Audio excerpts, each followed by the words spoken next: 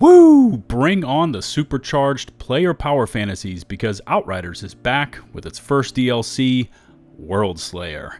Thanks to the team over at Square Enix and People Can Fly, I was given early access to the full DLC and have now experienced everything it has to offer.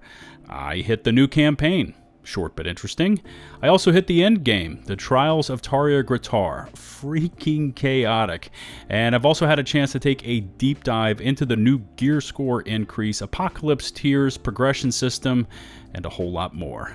This is LtBuzzLitebeer, and it feels like it has been forever since I last posted anything Outriders to my channel, but today I'm going to be giving you my honest thoughts and impressions about the Worldslayer DLC while attempting to avoid any real spoilers. Remember to smash that big, beautiful subscribe button to stay up to date on all things Outriders, and while you're at it, take a second more to hit the bell to receive all my future upload notifications. Let's dive right into this one.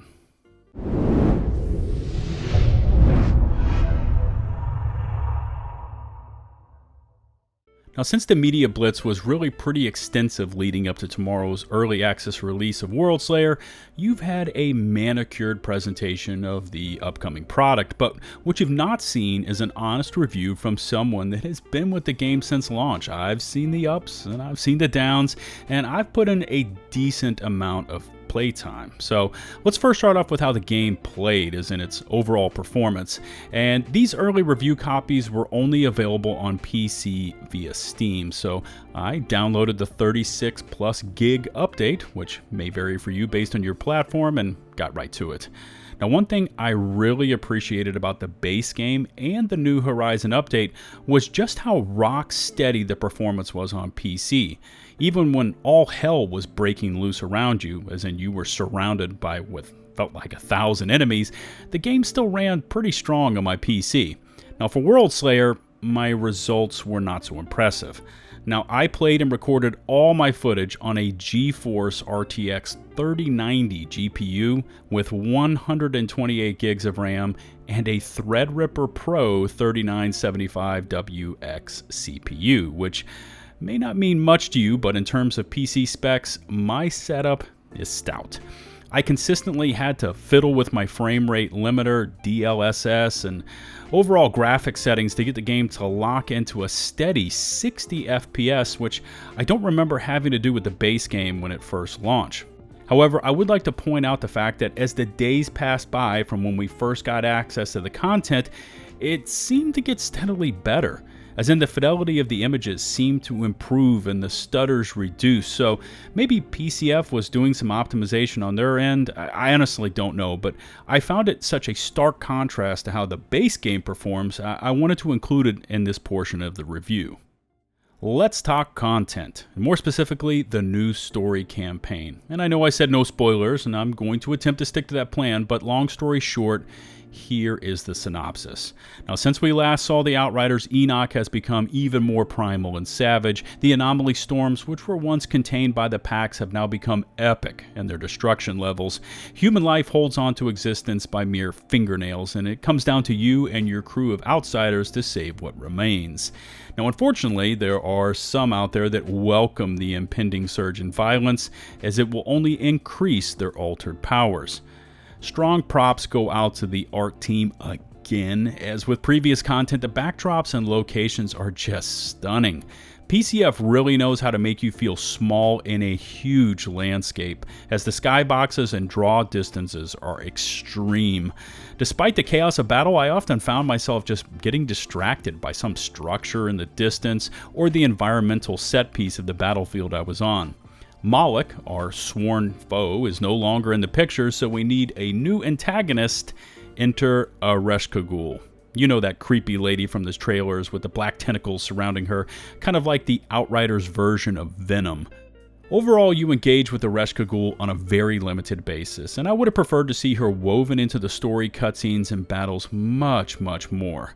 Now, I finished the campaign in a scooch over 3 hours, and that was listening to every word of the cutscenes, taking my time, and exploring for the collectibles in each chamber. Looking back on that game time, it was all well done and all very neat and tidy, but it felt like it could have been a few hours longer and still would have piqued my interest.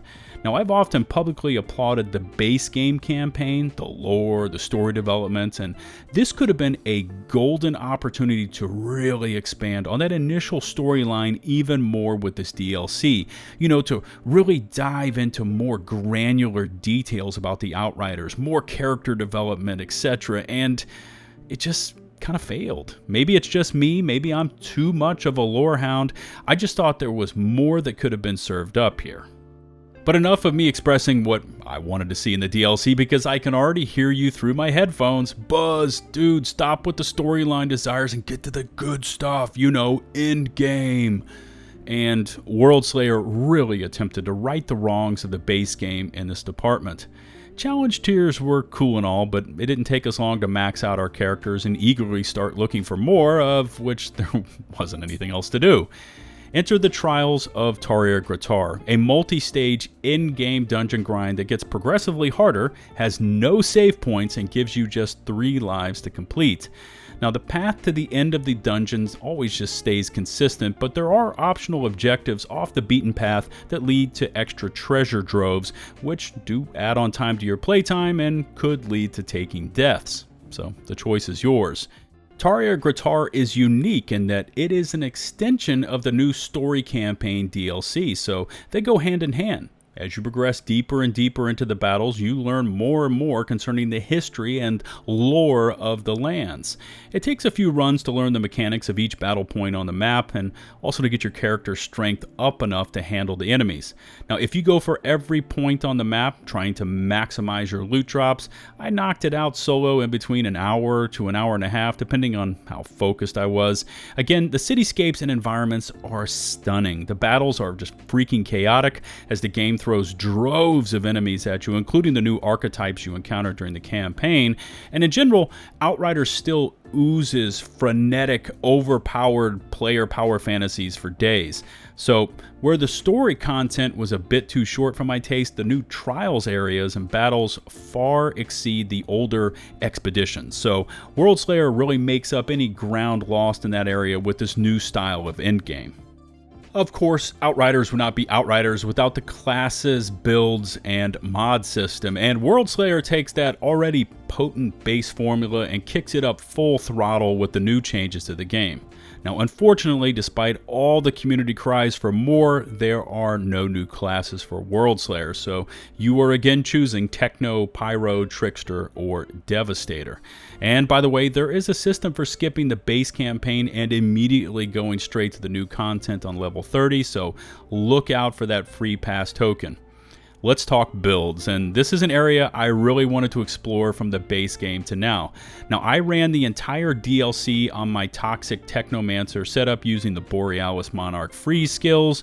New build guide coming on that one, so watch for it. And I can truthfully say that the old builds will still be strong and relevant in the new content, but there's a twist, and it comes in the form of Apocalypse gear.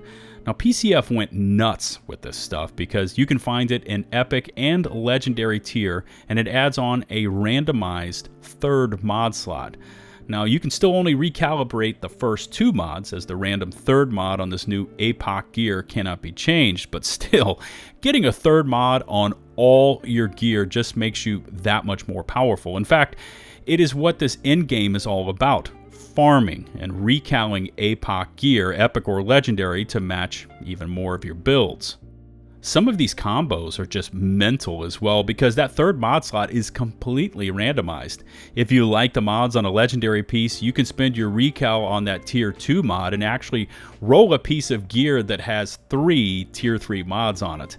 Now, Apocalypse tiers have now replaced World tiers and now go upwards from 15 all the way up to 40, and that brings me to the grind because it is real. Very real. The amount of XP needed to reach a new APOC tier increases as you get even higher, and there are a mountain of hours buried in here to reach max APOC level. On top of the changes to the world tier system, APOC, there is now a new Ascension-based stats power leveling system. Each one of these 200 possible points can be invested into base stat increases, ranging from anomaly power to more armor and even more weapon damage. Again, there is a lot of grind time needed to max this one out, and by the way, it is character-based and not account-based. So expect to repeat this Ascension leveling on each of your characters. Can you say no lifing it? Now, the third new addition to the game is the Pax tree, which is a small continuation to your base character skill trees, and some of these are really powerful. Now, you only get 5 points to spend here, but they can really buff up certain abilities and are, again, character specific. Now, I've only begun to scratch the surface of all these new mods and legendaries, of which I think there's something like 100 of these new things, but let's just say that there are a lot of items to loot. Some of the new mods are absolutely insane in terms of what they can do, so I'm really not in a great position to start discussing them all in exact detail, but expect a lot of new weapons and armor to just start flying your way the minute you hit the missions. Okay, I've tried to give you a pretty thorough yet vague-ish rundown of the new content, but let's talk about a few things that still need improving. Now, although I've read that the devs are working on items like lockable loot, loadouts, and stash space, it isn't yet in the game. And for a game that attempts to drown you in loot second by second, these basic UI functions are needed badly. I've almost deleted several of my god tier items just because I misclicked, and so yeah, it is needed, and it was needed over a year ago. Also, although I played the game solo from top to bottom and had no connection issues, I know that the game has not seen an overhaul from its peer-to-peer connection issues, and that could still be an issue with the new content. Joining friends in a squad shouldn't be a hindrance, yet there are many times in the past that I have and lost the ability to shoot or activate my skills. Again, I can't tell if Worldslayer has ushered in any improvements to connection stability issues. I guess one can only hope. And if Outriders could make that leap over to dedicated servers, oh man, the results would be overwhelmingly positive for the player experience. Now, in terms of Worldslayer, let me tell you, my biggest gripe was with the resource drops.